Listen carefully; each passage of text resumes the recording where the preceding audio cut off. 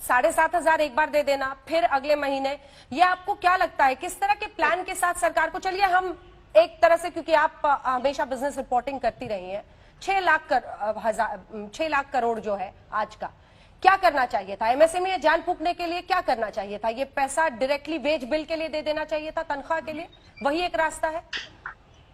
मुझे एक बात बताइए अंजना जी, थोड़ी बहुत क्योंकि समझ रखती हूँ इसलिए सवाल पूछ रही हूँ।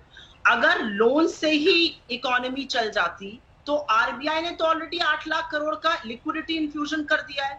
आरबीआई ने तो ऑलरेडी रिवर्स रेपो कम कर दिया था, बैंक्स को लोन देने को कहा, लेकिन लोन लोगों ने नहीं लिया, ना रिटेल लोन लिया गया, ना कॉर्पोरेट लोन लिया गया। लेकिन सुप्रिया श्रीनाथे, एक काउंटर क्वेश्चन आप ही से है, लेकिन जो एमएसएमई क्षेत्र है उनकी क्या मांग थी?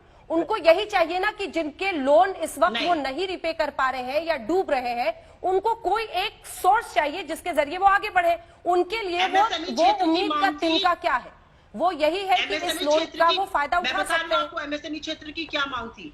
एमएसएमई क्षेत्र जिसमें 6.3 करोड़ यूनिट्स आते हैं, उन सब की मांग थी कि हम वेजेस अपने नहीं पे कर पा रहे, हमारे पास वर्किंग कैपिटल नहीं है, हमारे लोगों के वेजेस या तो जीएसटी रिफंड 6 मंथ्स प्रीवियस आप दे दीजिए, या आप वेजेस हमारे 3 महीने के पे कर दीजिए। वो नहीं किया गया। मैं आपसे बार बार कह रही हूँ, मेरी कंपनी मुझे निकालेगी और हम सिर्फ ईपीएफ पे करते रहे, कोई कंपनी रखेगी नहीं। मैं आपसे एक छोटी सी बात आपको और बताना चाहती हूँ, जो ममता बनर्जी ने बात कही है, मैं उस तरह की भाषा में बिल्कुल प्रयोग नहीं करती हूँ, जीरो और ये सब, मैं इस भाषा का प्रयोग नहीं करती हूँ। लेकिन स्टेट्स के लिए जरूरी है समझना, 31,000 करोड़ रुपए का जो कॉन्ट्रैक्ट कंस्ट्रक्शन और बिल्डिंग का जो फंड है, वो सीधा सीधा सिर्फ स्टेट फंड है, इसमें गवर्नमेंट ऑफ इंडिया का कोई कंट्रीब्यूशन नहीं है।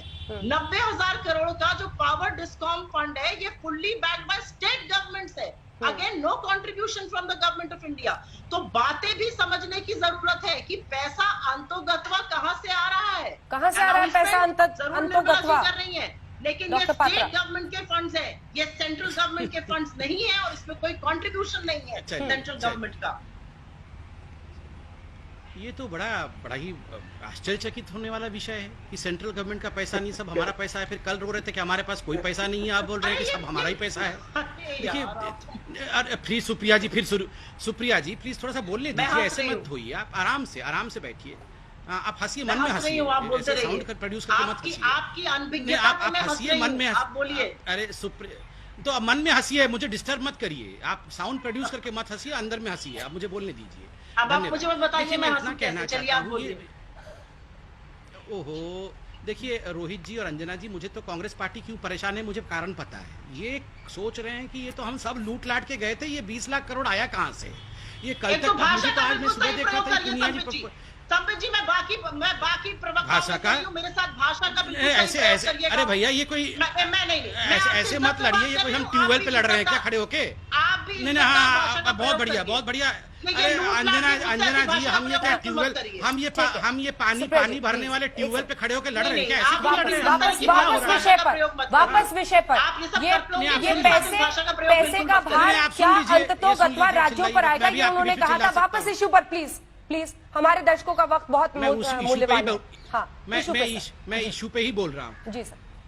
देखिए, आज सारा कुछ डिवाइड करके सेंटर ने बताया है कि इस प्रकार से 6 लाख करोड़ रुपए, 20 लाख में से आज 6 लाख करोड़ का उन्होंने पूरा एक हिसाब किताब दिया हुआ है। उसमें भी कांग्रेस दुखी है। मैं तो कह रहा हूं कांग्रेस पार्टी को ज्यादा से ज्यादा 5 से 6% चाहिए था उनको जीडीपी से ना, यही उनकी मांग थी। अगर 10% भी दे दिया गया उस पर भी वो चिल्ला रहे हैं। डिस्कॉम्स को लेकर अगर ये सब कुछ राज्य कर सकती थी और केंद्र की कोई हस्तक्षेप की आवश्यकता नहीं थी तो अनाउंसमेंट कर देते ना। डिस्कॉम्स को लेके जो प्रॉब्लम हो रही थी, डिस्कॉम्स जेनकोस को पे नहीं कर पा रही थी, जिसके कारण जेनकोस एकदम शटडाउन की अवस्था में चली गई थी। और ये जो पूरे के पूरे अपने लॉकडाउन के समय में बिजली की जो कंजम्पशन की कमी हुई थी, उसमें एक परिस्थिति ऐसी पैदा हुई थी डिस्कॉम्स को लेकर जो कि अपने आप में बहुत ही भारी परिस्थिति थी। ऐसे में अगर राज्य के पास सोल्यूशन होता तो राज्य कर देती घोषणा। क्यों नहीं घोषणा कर रही थी? क्यों केंद्र को बता रही थी? ये इसलिए बता रही थी क्योंकि ये राज्य के हाथ के विषय नहीं थे। केंद्र ने इस पे हस्तक्षेप करके, चाहे डिस्कॉम्स का विषय हो, चाहे एनबीएफसीज का विषय हो, चाहे एमएसएमईज के विषय हो, चाहे ईपीएफ का विषय हो, ये केंद्र के विषय थे। और देखिए, जहां तक ममता बनर्जी और कांग्रेस पार्टी का सवाल है, मैं तो कहता हूं अगर ठीक है आपके पास इतने पैसे हैं और आप लोगों का भी पैसा है तो महाराष्ट्र क्यों मांग रही है? कर दे अपने आप ही, कर दे वेस्ट बंगाल अपने आप ही। अगर आपके पास इतने पैसे हैं और सब कुछ आप लोग कर सकते हैं तो ठीक है, जवाब दीजिए इसका अर्चना जी, सुप्रीत। मैं सिर्फ एक सवाल पूछना चाह रही ठीक हूँ। है। मैं एक सवाल पूछना चाह उन्होंने रही भी हूँ। आपसे पूछा, उसका संबित जी, जवाब देके सवाल पूछ लीजिए। मैं पहले तो सबसे पहले संबित जी से ये पूछना चाह रही हूँ, फिस्कल और मॉनेटरी स्टिमुलस में तो अंतर आप समझते ही होंगे, और अगर वो अंतर आप समझते होंगे तो आप चलिए, मैं जवाब देता शायद मेरा आक्षेप भी समझ गए होंगे, क्योंकि ये लिक्विडिटी बूस्टिंग मेजर्स है।